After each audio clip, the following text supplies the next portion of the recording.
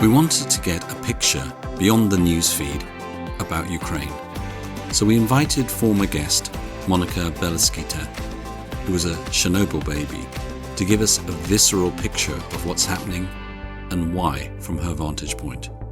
She called us on a poor phone connection, but still, this is a riveting conversation. For our keen listeners, you'll recall that our guest on this show appeared last season to talk about a new approach to thinking about the future. Monika Bielskyte is part of a new wave of futurologists who work to envisage positive futures rather than just extrapolating from today, which usually, in her opinion, creates negative dystopian scenarios. The reason why we've asked Monika back urgently is because of the horrific situation unfolding in Ukraine. Monika, welcome to this special edition of The Evolving Leader. I wish it wasn't under such appalling circumstances. Thank you. Thank you so much. It's good to be joining y'all again today. And yeah, unfortunately, the circumstances of this conversation aren't the most joyous by any means. Can we start by just reminding listeners about your connections to the Ukraine? Yeah. So I was born in USSR. I have mixed ethnic heritage from the Pacific Ocean all the way to the Baltic Sea. And 5 years after my birth, the place where I was growing up became Lithuania. So I was really, really shaped by the stories of my ancestors and the horrors that they've experienced. On one side, under the Nazi regime, my grandfather survived Nazi concentration camps. And on the other side, quite a big chunk of our family have been deported to Siberian gulags. So we've grown up with these stories, and these horrors, they didn't end with Stalin's regime, which is what a lot of people seem to perceive today, though even the horrors of Stalin's regime get to be diminished in certain circles these days.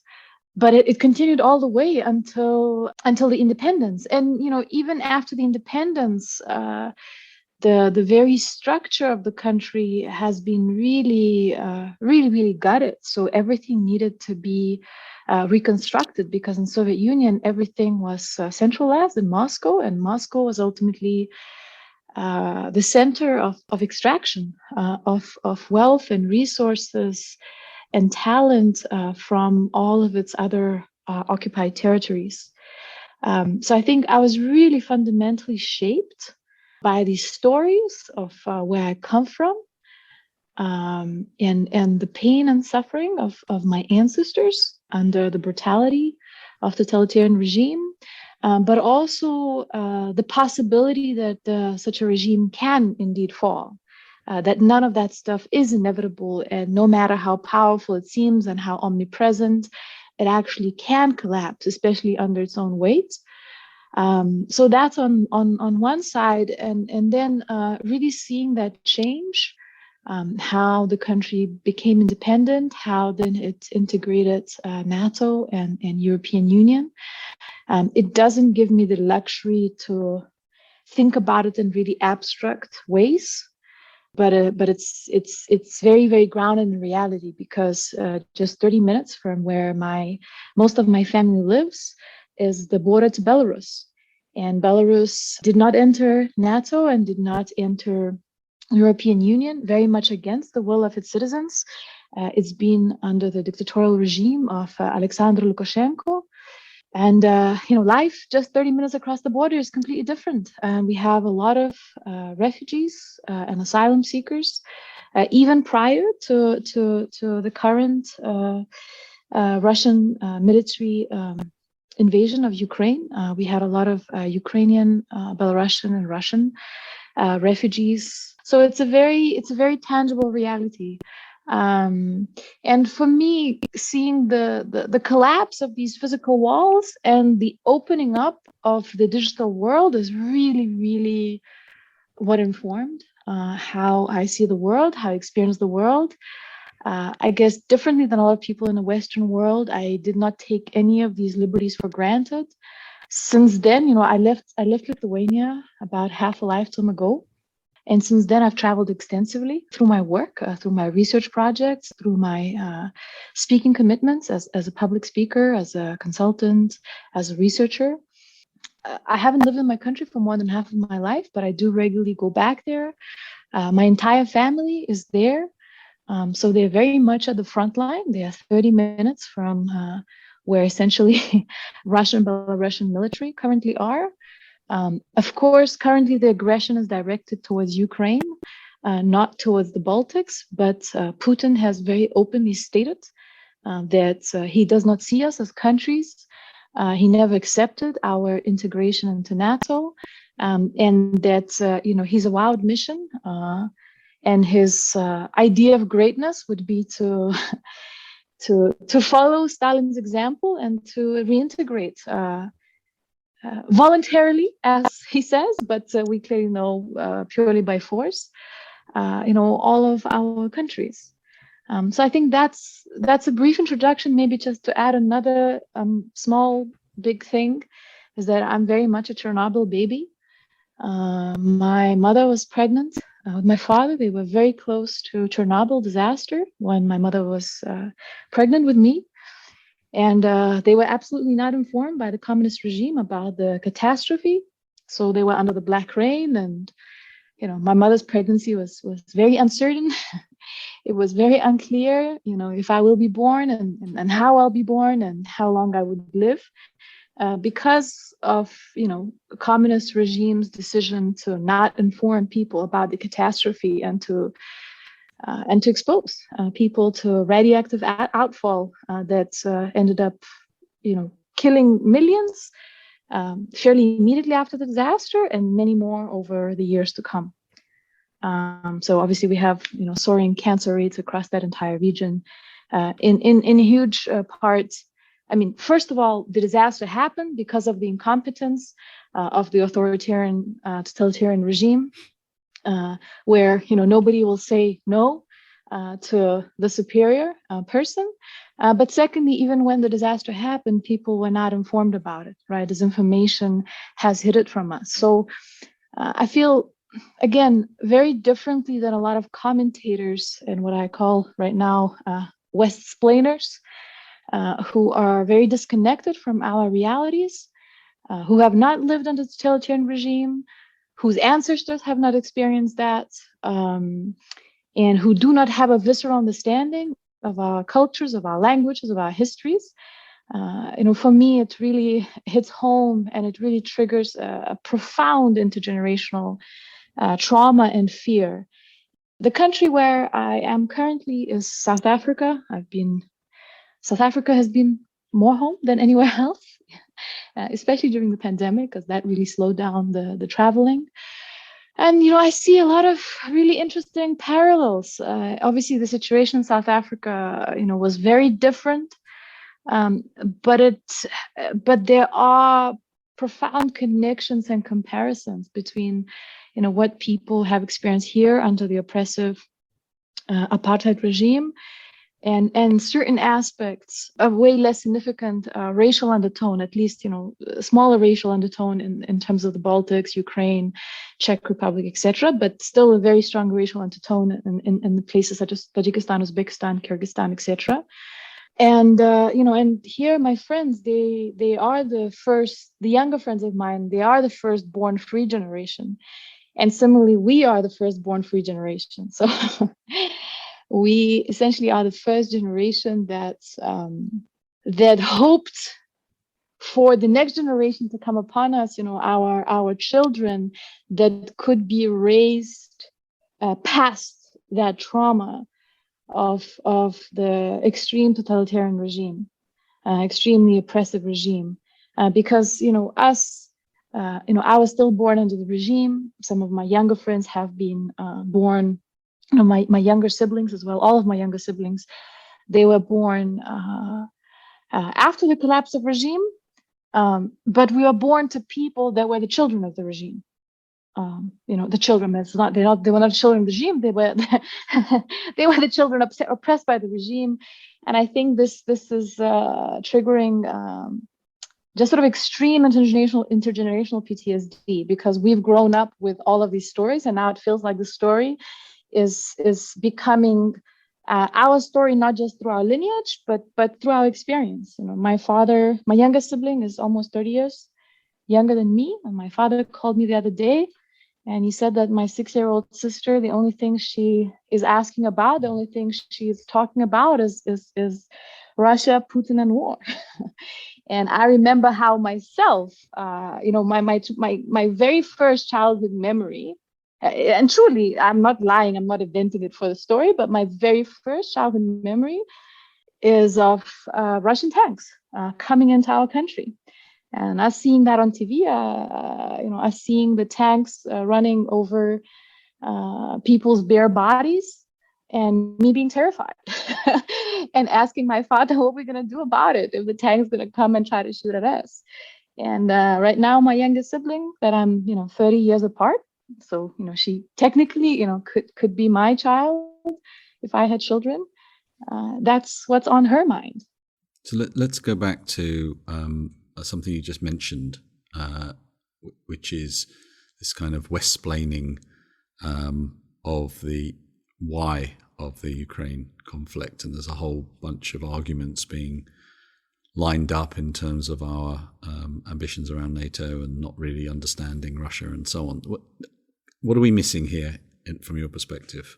Why has this happened? What are we not getting in the West in terms of this situation? So several key things.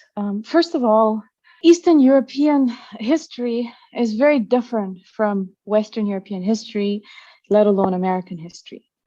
Western European countries were the countries that have colonized other parts of the world. Eastern European countries were the countries that have been colonized by a more powerful, more rapacious neighbor, that is Russia. From coming from the east of us. So the experience of having been a country that was colonizing other parts of the world versus being the countries that experienced the colonization, that's already a fundamental difference. Secondly, Eastern European culture is really, really quite different from Western European culture. And especially Russian culture is very, very different.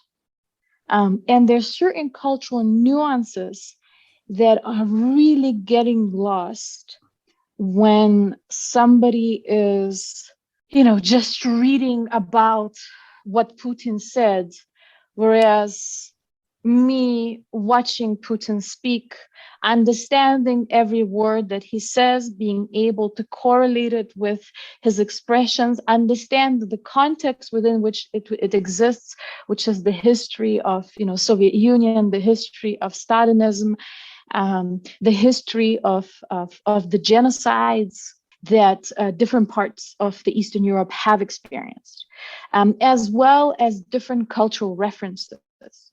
We have a much broader understanding of, for example, the fascist writings of Ivan Ilyin and Alexander Dugin that Putin refers to, in his speeches, and he openly states them as ideologues.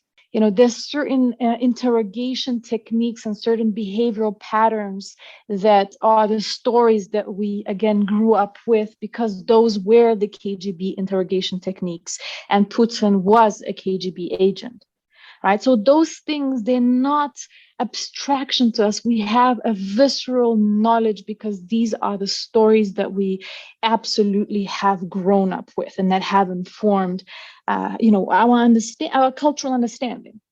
And it's something that is very, very hard to theorize. And of course, there are a few Western experts who, speak, languages of the Eastern Europe, who have lived in Eastern Europe, who have a very close family and friends in Eastern Europe. So for them, it then becomes less of an abstraction. Whereas, for a lot of people in the Western world, it's layers and layers removed from that visceral understanding. So on one thing, for me, it's been really, really unsurprising because it's been going on for a considerable amount of time. The alignment of Western white supremacist, misogynist, homophobic, fascist, neo-Nazi groups, as well as right-wing and especially extreme right-wing politicians with Russia. I mean, these things, they've been going on for quite a long time, and they are very unsurprising. There's a really great book, War for Eternity, by Benjamin Teitelbaum. And it's a book specifically that dives into the ideologies of Steve Bannon in the United States of America, of Alexander Dugin, and of Carvalho in Brazil, who's the ideologue that the Brazilian president Jair Bolsonaro follows. And there's been very strong ties between the three of them and different groups that they represent. Of course, there's also been sort of competition and conflicts and disagreements, but as a sort of the white supremacist, anti-LGBTQ, misogynist axis that has been consolidating for a long time. And a lot of people find it very surprising because, again, they lack the granular understanding of our history. We have to remember that, even in the case of the Second World War, Hitler and Stalin were not opposing each other in the beginning. They, in fact, have started the war as allies. They signed a Molotov-Ribbentrop Pact and they divided up Eastern Europe between themselves. And in fact, when Hitler ended up attacking Soviet Union, Stalin was incredibly surprised by that. So for this, I recommend another good book, Timothy Snyder's Bloodlands. And it's on that our region basically is called Bloodlands because within Europe, this was the region where the most horrendous crimes against humanity were committed. And so people's perception of communism, by reading a definition of communism and then reading a definition of fascism, it seems very different. But in fact, Stalinism was fascism as well.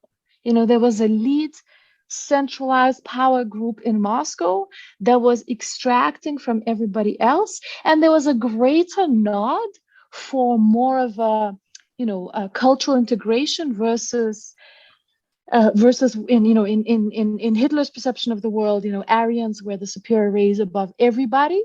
But with time, actually, especially through different stages of Stalin's purges, ultimately Russian peoples, as white Russians, not white as Tsarist Russians, but white Russians as white as a skin tone, versus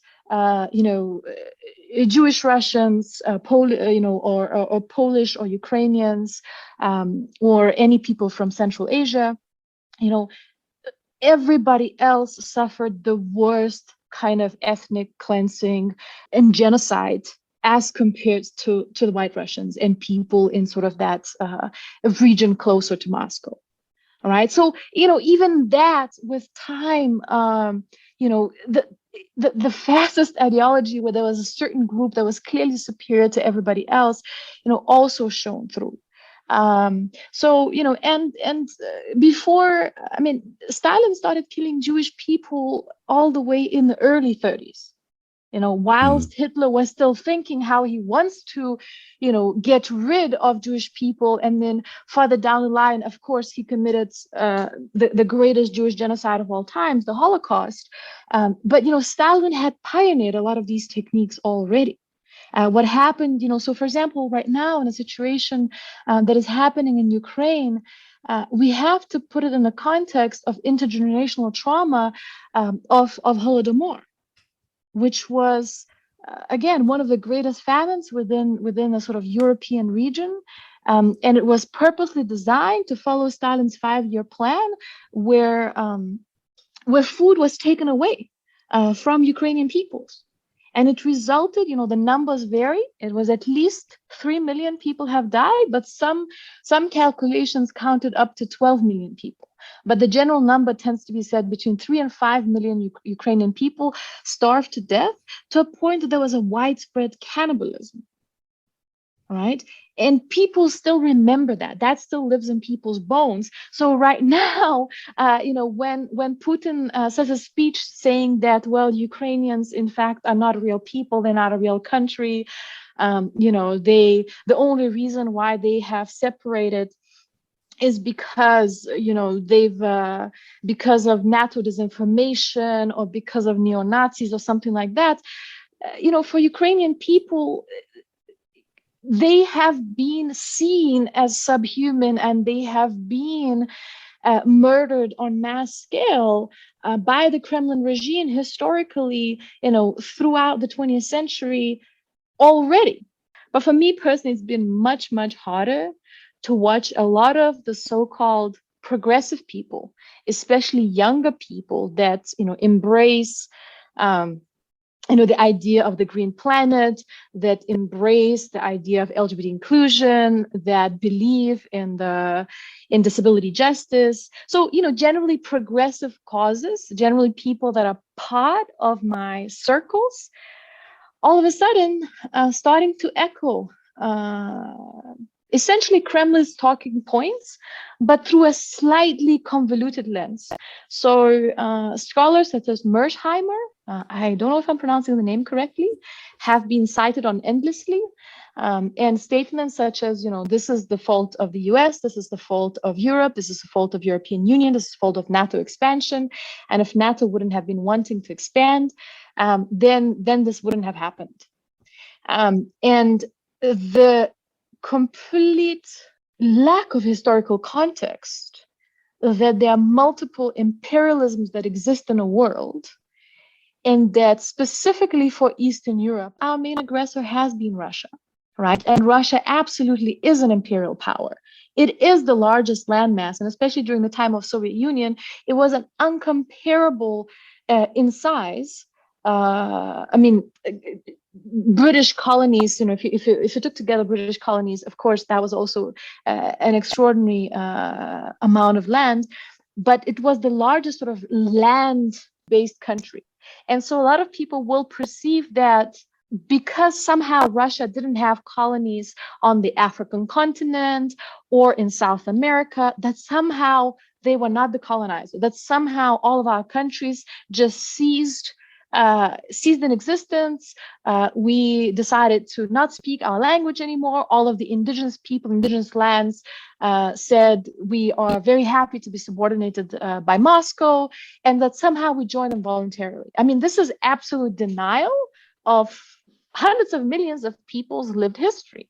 That's what's been really shocking, is to see how in all of these conversations, in all of these anti-war protests, where people are holding the placards, no to Russian troops in Ukraine, no to NATO expansion. The truth is that the reason why Baltic states are at least not yet being attacked, whereas Belarus has been already de facto annexed, and Ukraine is being bombed out of existence, including schools and maternity wards, is because they are not part of NATO, is because they're not part of European Union. If we think about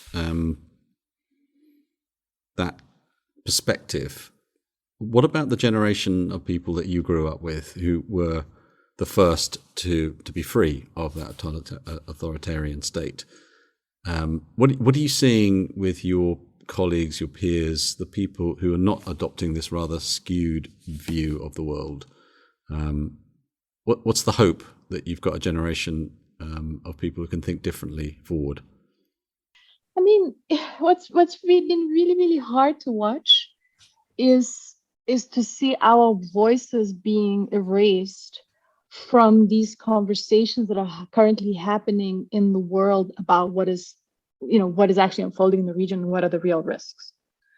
And having our situation, having our history be explained to us by either old white men who again have never lived under regime, have done their scholarship in the comfort of their American universities and their American lives, or young progressive people and in Western world that are, that have all the best intentions, yet do not have historical knowledge or historical context, yet do have the audacity to pronounce themselves on our issues and pretend like they have the answers to our problems, right? So that's been really, really hard. It's been really, really hard for for all of us in the region, again, especially the progressive youth, to watch and really feel like we are completely alone, and that, especially in the case of the Baltics, we are very small countries. The population of the three countries is 6 million total, and the feeling right now in the countries is that it's a bit different between my father, for example. When I talk with my father, initially he thought that Putin is just gathering his army to intimidate Ukraine. He felt that Putin would still be too scared of NATO and European Union to brutally invade, just as he did. And now, as he did, my parents' generation, they still have this perception that because we are NATO members, because we are part of EU, that somehow we shall not be abandoned. Now it's a very different feeling among the young people of my generation. Most of the young people that I've spoken with, almost every person who I've spoken with from my country and neighboring countries, so the Baltic states, Poland, Romania, who have not yet been invaded, our feeling is that at the end of the day, we could become that term that has been used so many times to describe us, the buffer zone, the zone to be sacrificed. And it's a profoundly disheartening feeling. It's a feeling of being left completely alone, and seeing also a lot of our peers, again, in different parts of the Western world, especially in North America. So people who really, unless you're a person of color, if you live in America, you have not experienced oppressive regime, on your soil. If you're a person of color, of course, you've experienced police brutality, you experienced profoundly unjust imprisonment. Civil rights activists have been selectively murdered by white supremacist regime, just like Putin, to this day is murdering anybody from the opposition, be it a journalist or a political leader. There's pretty much nobody that opposes Putin's regime and remains unscathed. I mean, it's really surprising that Navalny is still alive and walking. So, I mean, communities of color have experienced that in a Western world, but white people in the Western world, they have not experienced what it is for you to be entirely dehumanized. All right. So, it's just very hard for us to watch how some of our peers, our friends, people that we consider to be really close, are really turning their back on our humanity, on our region. I think it's very important to use this crisis as well, and what's happening to the Ukrainian refugees, to recognize that every refugee's humanity counts. Right, that we can't be, we cannot be xenophobic towards refugees from sub-Saharan Africa and from the Middle East, and yet be pro-refugee when it comes to Eastern European refugees. Right, we have to treat every human fleeing a situation of conflict, war, genocide with equity, with humanity, and with dignity.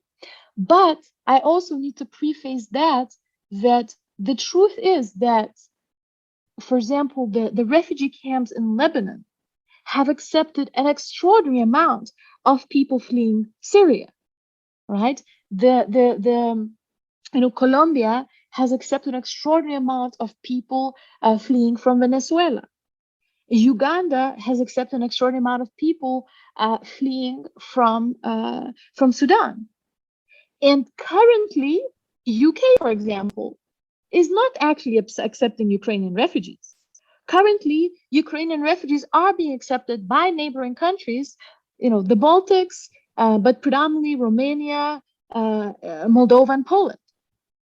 And why is that happening? And why there's a much greater acceptance is because there's a much deeper understanding of what is actually unfolding. Because we share the history of the same traumatic colonization that we've experienced together throughout the 20th century. So right now, when Russia is invading Ukraine, there's a visceral understanding that this could be happening to any of our countries.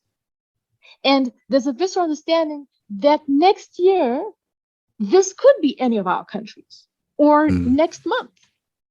The stated goal, publicly stated by Putin, is that he wants to reconstruct what was back then Soviet Union. And he's embracing the fascism of people and sort of Eurasian theorists such as Dugin and Ivan Ilyin in order to do that and to prop up the kind of ideology of that. And in order to achieve that, it is necessary to fraction NATO, and is especially necessary to fraction European Union. And so to purposely bomb the country that you assert and purposely target civilians that will create an extraordinary flow of refugees that will be heading towards Europe, while simultaneously spreading disinformation that is xenophobic, anti-immigrant, and racist. It was one of the strategies. I really recommend to everybody to read Masha Gessen's books, The Future's History, The Man Without a Face, Never Remember. Their work is truly, truly amazing in chronicling how the transition from the pre-oligarchic but still very much kleptocratic Soviet Union ruled by the elites into what we see right now of kleptocratic Putin's Russia. It was a very, very smooth transition. Within the Soviet Union and within all of the Soviet Union occupied countries, nothing really worked how it's supposed to work. So to get anything, including the basic food necessities, including medical services, you always needed to find a crack in the system. You always needed to find the person that you knew, you always needed to nothing ever worked by the rules. There was a rife corruption, and it was always about finding these cracks and seeing how through that crack you can sneak in if you want to achieve the most basic thing that you wanted to achieve, right? And this is exactly how Russian disinformation works. It finds the existing cracks within societies, and those cracks, what they are homophobia, they are transphobia, they are misogyny, they are racism, they are xenophobia, they are anti-refugee sentiment. And so what I'm just hoping right now, if we're not going to end up with a nuclear disaster, and when I say nuclear disaster, I don't mean just nuclear bombs. It could be just like Chernobyl. It could be something happening through incompetence. They were shooting in Chernobyl on one of the very first days of invasion. Then there was fighting, intense fighting. Even I don't know if they were using missiles or they were just using guns next to in Energodar, next to Zaporizhia, the largest nuclear plant in Europe.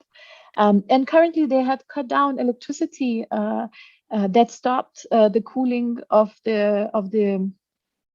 I'm sorry, I'm not a nuclear scientist, so I forgot the right term. But anyways, they cut off the electricity to Chernobyl, and so if that cut off electricity persists, we could end up with nuclear fallout, right? And this is just the beginning of this conflict. What's your take on President Zelensky and his leadership? I think for now, he's been truly an extraordinary leader, and I think a huge part of the hatred that Putin seems to have for him, that Kremlin regime seems to reserve for him, it's very hard for them to predict or to understand how he works, how he functions. If you know anything about the history of Ukraine and the former President Yanukovych, that then got pushed out after Euromaidan and fled into Russia. And if you know, the now multi-decade dictatorship in Belarus under Lukashenko, these were essentially the functionaries of the Kremlin, right?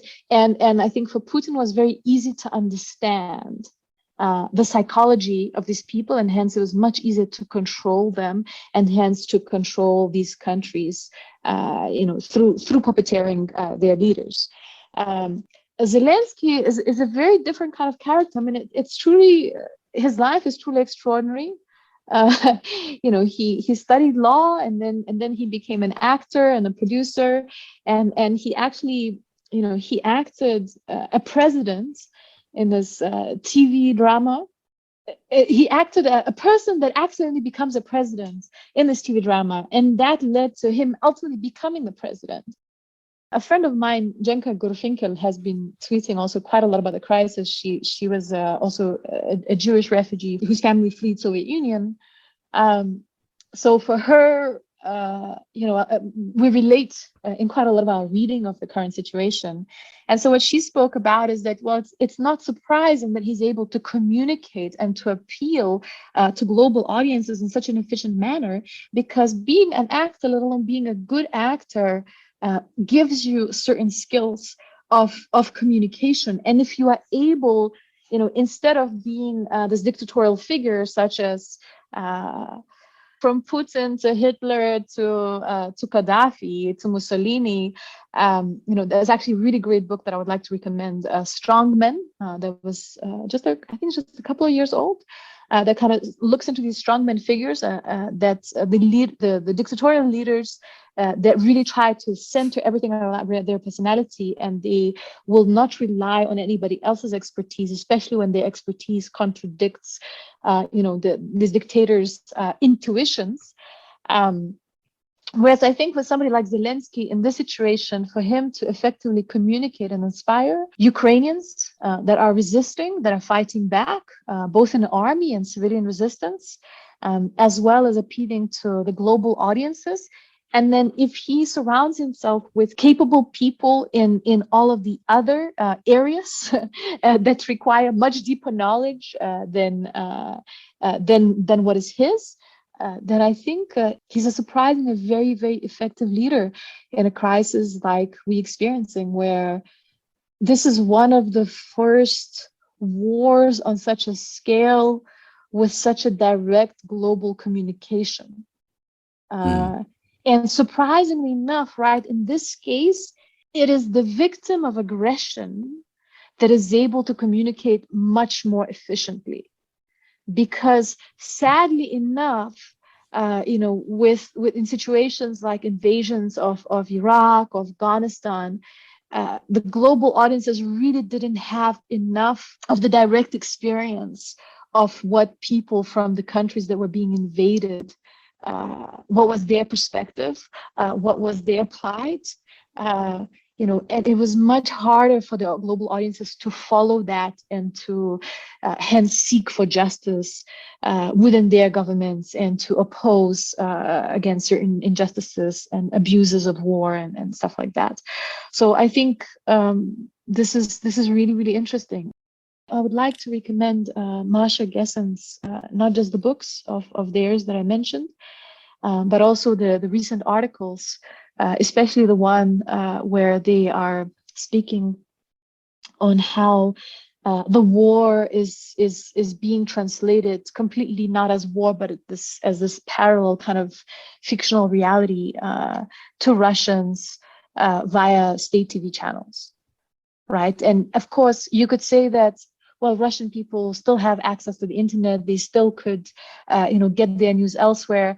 But the truth is that, a lot of people do live in remote areas. A lot of especially elderly people don't essentially have access to smartphones or know where to search for alternative viewpoints. So it's this combination, right, of the country itself being held captive by state-led propaganda and disinformation on one side, and on the other side, this by no means can be compared to the victimhood of Ukraine, and especially people that are younger, that are more capable, that have access to, to the internet, should see this better. And people are fighting back. There are protests all across Russia, and people are being imprisoned and tortured. And the regime announced 15-year sentences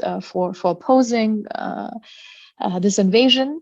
But at the end of the day, this plight still cannot be compared to the plight of families losing all their loved ones, of maternity wards being bombed, of schools being bombed, of people, fleeing their country, not because the currency is being devalued, not because they won't be able to purchase certain things, but because they really are scared that if they stay, they might absolutely perish. So I think it's a very complex type of situation where we have to recognize both how regimes hold their citizens captive, and how they erode people's critical thinking and people's very humanity towards others over time. And yet we still need to take responsibility. And what I can say to the Western world is that I always think of these words of Aimé Césaire, who's one of the greatest decolonial thinkers, and he spoke about colonization as thingification, and how the colonizer, in order to colonize, needs to stop seeing somebody else's humanity. But through committing these kind of monstrosities, through not seeing other human beings as human beings, ultimately the colonizer removes his own humanity. All right. And so I think these are very important things to remember.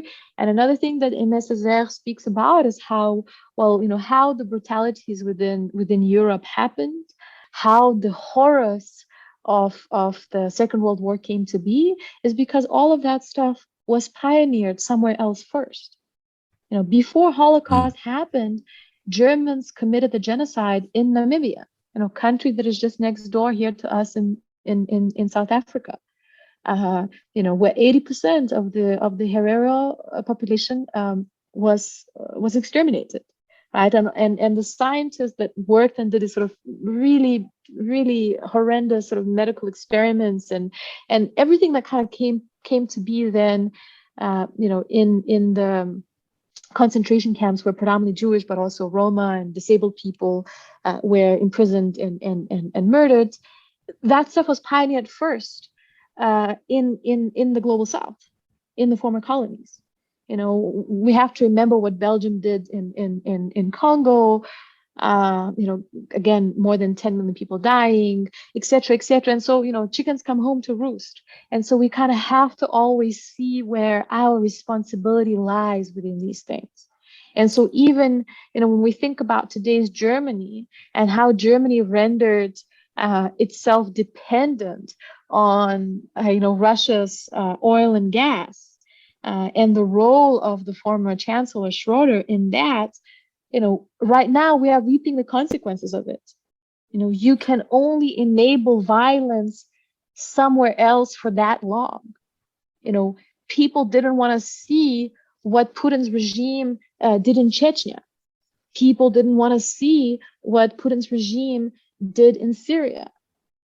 And so right now, when it comes so close to home, and when there's a real risk of, either nuclear conflict or potential nuclear fallout because of stupidity, incompetence, fighting in the areas, or neglecting the nuclear plants that exist in the war zone, in the current war zone, that could render the entire chunk of the world where also, my native lands are potentially uninhabitable. If we come to that, all of us need to take responsibility for also what led us here, what we were able to look away from, what we found justifications for, because none of these things happen overnight. I really always think, about, how Adam Curtis tells his accounts of history, that history is not a sequence of events, but it's really a sequence of ideas, and that ideas have consequences.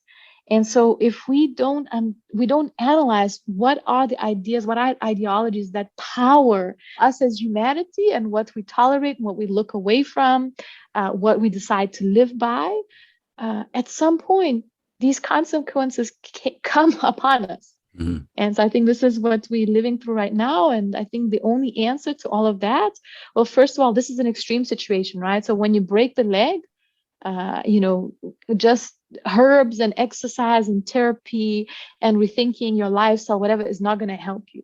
Like, you need to go and get a surgery. You need to get that thing fixed. But then after that, there's a whole process of healing. And I think that process fundamentally needs to rely on re-examining, the cult of strongmanship, toxic patriarchy, misogyny, anti-LGBTQ sentiment, racism, colorism, ableism, and ableism, again, is the dehumanization of disabled, elderly, and immunocompromised people that we've seen throughout this pandemic. For me, that's another horrendous thing that is happening in parallel that I can't stop thinking about, even during the time of this crisis, because it lays the foundation for profoundly eugenics thinking. And so we need to really address these things. And when we are seeing the crisis so close to home, it's not a surprising thing. Europe has been prone for conflicts. It's not like this is not happening in some kind of civilized world or whatever, as some of the racist TV presenters in Western Europe and America try to position this as. In fact, it's happened in the continent that has seen historically some of the most brutal conflicts. And so we need to address the roots of this brutality and the roots of what allows us to dehumanize the other, and how we really don't allow these kind of toxic ideologies to grow. This will just keep happening to a much more horrendous extent, and this conflict will keep growing, and the toll of the conflict will be beyond anything what anybody, I think, is currently able to imagine. But we can't, just like with this pandemic, we can't just think that even if we find a solution to this, that we can just continue as normal. There is no normal to go back to. We really need to look at the mirror and really examine why things are the way they are. Monika, we're going to have to leave it there. The questions that you are opening up in my mind, and I'm sure of the people listening here, are huge and much needed. We need to think more deeply about what's happening here, and not necessarily just to keep on imbibing all the headlines and the horror. We actually need to think more deeply into why this has happened and what the responsibility of all of us is in trying to take this forward. So I'm hugely grateful for you coming on at short notice to come and talk to us. And, I wish you, your family, and all your friends who are affected by this more directly, hope and safety. And I really look forward to speaking to you at some stage in the future. Thank you. Thank you so much. My maybe only parting words is that with every conflict like that, we need to absolutely listen to the marginalized and the victimized voices of the region where this is happening. It's a great place to leave it. Thank you so much. My pleasure. Appreciate the time and the space.